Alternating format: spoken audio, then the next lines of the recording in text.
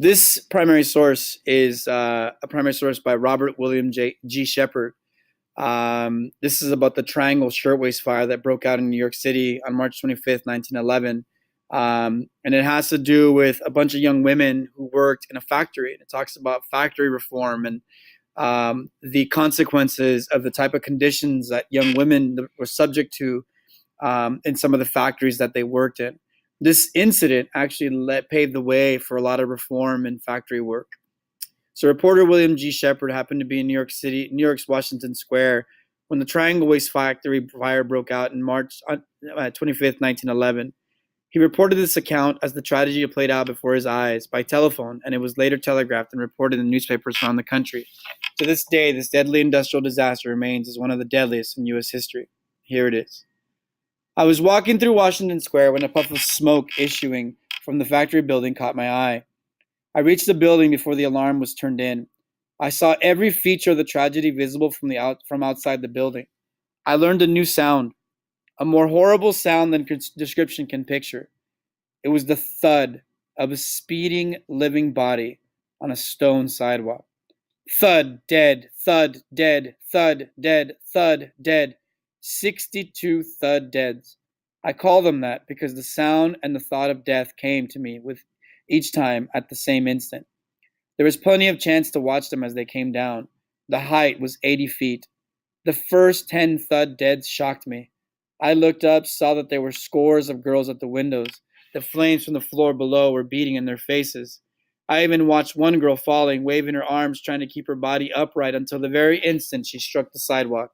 She was trying to balance herself. Then came the thud.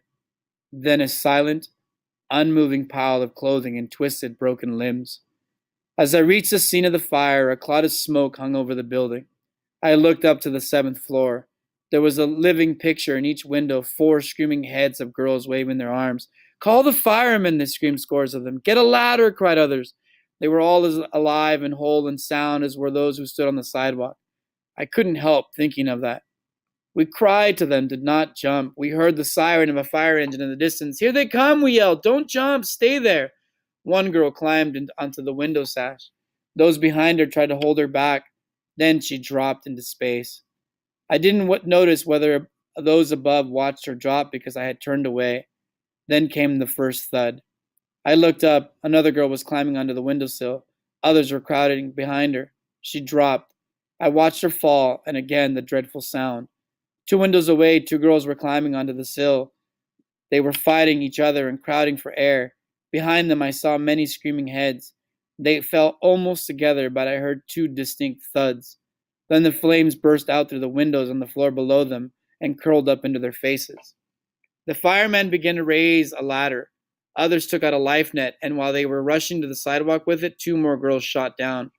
Before they could move the net, another girl's body flashed through it. The thuds were just as loud, it seemed, as if there had been no net there. It seemed to me that the thuds were so loud that they might have been heard all over the city.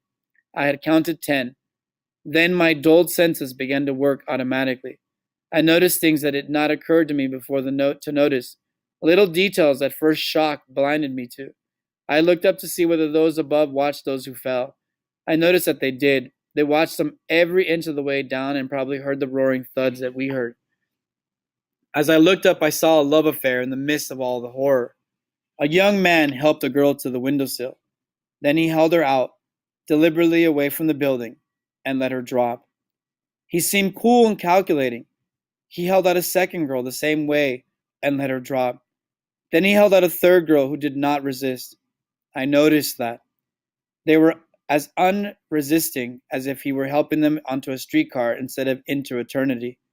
Undoubtedly, he saw that a terrible death awaited them in the flames, and this was only a terrible chivalry. Then came the love amid the flames. He brought another girl to the window. Those of us who were looking saw her put her arms around him and kiss him. Then he held her out into space and dropped her. But quick as a flash, he was on the windowsill himself. His coat fluttered upward. The air filled his trouser legs. I could see that he wore tan shoes and hose. His hat remained on his head. Thud, dead, thud, dead. Together they went into eternity. I saw his face before they covered it. You could see in it he was a real man. He had done his best.